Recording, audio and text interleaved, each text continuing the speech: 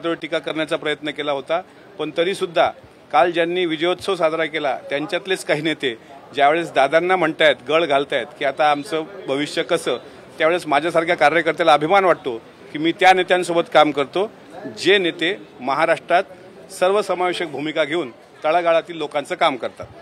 पण ज्या पद्धतीचं खरं तर ट्विट केलेलं आहे बजरंग सोनावणे हे संपर्कात असल्याचं कळतंय, असे अनेक खासदार आहेत का कोणी संपर्कात? आज सकाळी 7:30ला मी होतो, वैशालीताई त्या ठिकाणी होत्या, त्यांना पण बऱ्यापैकी माहीत आहे। हा फोन एकच फोन आला, आता हा फक्त ट्रेलर आहे। मी तुम्हाला आणखी सांगतो, मागं कोणीतरी तिथल्या तथाकथित नेत्यांनी भविष्यवाणी केली होती की दादा गटाचे काही लोक आमच्या पक्षात येतील, पण त्यांनी तुतारी गटांचे खासदार सांभाळून ठेवावेत, कारण एक तर सकाळी गळाला लागल्यासारखा दिसतोय, बोलतोय, पण लवकरच तुम्हाला मोठा ट्रेलर दिसेल। तुम्ही म्हणताय की लवकरच मोठा ट्रेलर पिक्चर दिसेल। दादांना कामासाठीच फोन आला होता, मात्र त्याच दादांचं बारामतीमध्ये मोठं काम होतं, त्यांना मोठ्या पराभवाला सामोरं जावं लागलं। त्यांची जी मनात जी सल आहे ती कशी तुम्ही भरून काढणार आहात? नाही, एक गोष्ट लक्षात घ्या की दादांच्या कामाबद्दल कोणाच्याही मनात शंका असण्याचं कारण नाही। बारामतीच्या विकासामध्ये साहेबांचाही वाटा आहे, पण दादांचा पण तितकाच मोठा वाटा आहे। सातत्याने दादा जनतेच्या संपर्कात राहिले।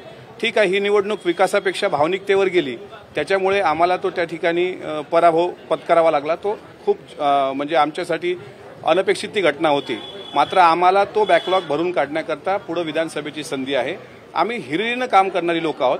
फक्त अजितदादा किती महत्त्वाची व्यक्ती या राज्याच्या केंद्रस्थानी आहेत हे मात्र या गोष्टीतून सिद्ध होतं की एखाद्याच्या साखर कारखान्याच्या मजुराचा प्रश्न असेल आणि तो व्यक्ती दुसऱ्या गटाचा खासदार असेल आणि तो व्यक्ती स्वतः दादांना फोन करून विनंती करत असेल, तर माझ्यासारख्या सर्वसामान्य राष्ट्रवादीच्या कार्यकर्त्याला ही फार मोठी भूषणावह बाब आहे। बारामतीच्या मैदानात यंदा योगेंद्र पवार यांना उतरवलं जाते, ते दादांचे पुतणे आहेत आणि त्यांचं असं म्हणणं आहे की आता आम्ही बारामतीची दादागिरी बंद करू।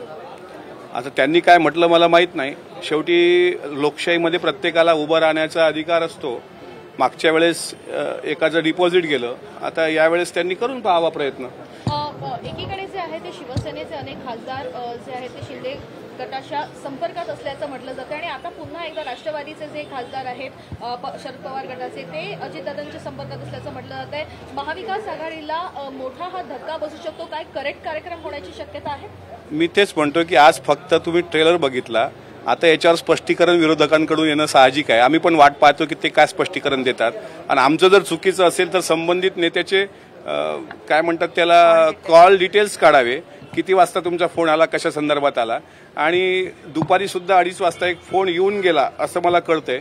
त्याच्यामुळं आगे आगे देखो होता है क्या, विधानसभेच्या पूर्वी तुम्हाला महाराष्ट्रात फार वेगळ्या घडामोडी दिसू शकतात। पण सर या फोन मागे नेमकं कारण काय? फोन करण्यामागे 2 कारणं असू शकतात की आता ठीक आहे मी लढलोय, आता त्या ठिकाणी जिंकून पण आलोय, पण माझं जे भविष्य आहे पुढं जनतेमध्ये मला जायचं आहे, काम करायचं आहे, तर त्याला कोणाचा तरी आधार लागतो आणि एक आधारवर शोधत असतो माणूस।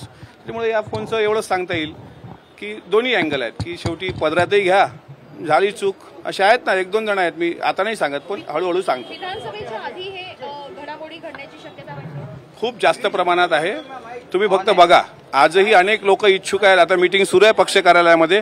विधानसभेमध्ये अल्पसंख्याक समाजाला सुद्धा चांगल्या पद्धतीने न्याय देता आला पाहिजे, मागासवर्गीय समाजाला न्याय देता आला पाहिजे, मराठा ओबीसी समाजाला न्याय देता आला पाहिजे, ही आमच्या पक्षाची शिवशाहू फुले आंबेडकरवादी भूमिका। त्यामुळे मोठ्या प्रमाणात तरुण वर्ग इथं आकर्षित होतोय। आणि एक तुम्हाला सांगतो की येणाऱ्या विधानसभेमध्ये तुम्हाला राष्ट्रवादी काँग्रेस पक्षामध्ये सर्वसमावेशक नवतरुणांचा भरणा दिसेल। बजरंग सोनवणे अजितदादांच्या संपर्कात असल्याची माहिती यावेळेस अमोल मिटकरी यांनी दिलेली आहे। बीडच्या बाप्पाचा दादांना फोन आला असं ट्विट अमोल मिटकरी यांनी केलं आणि त्यानंतर अमोल मिटकरी यांनी साम टीव्ही सोबतही संवाद साधलाय।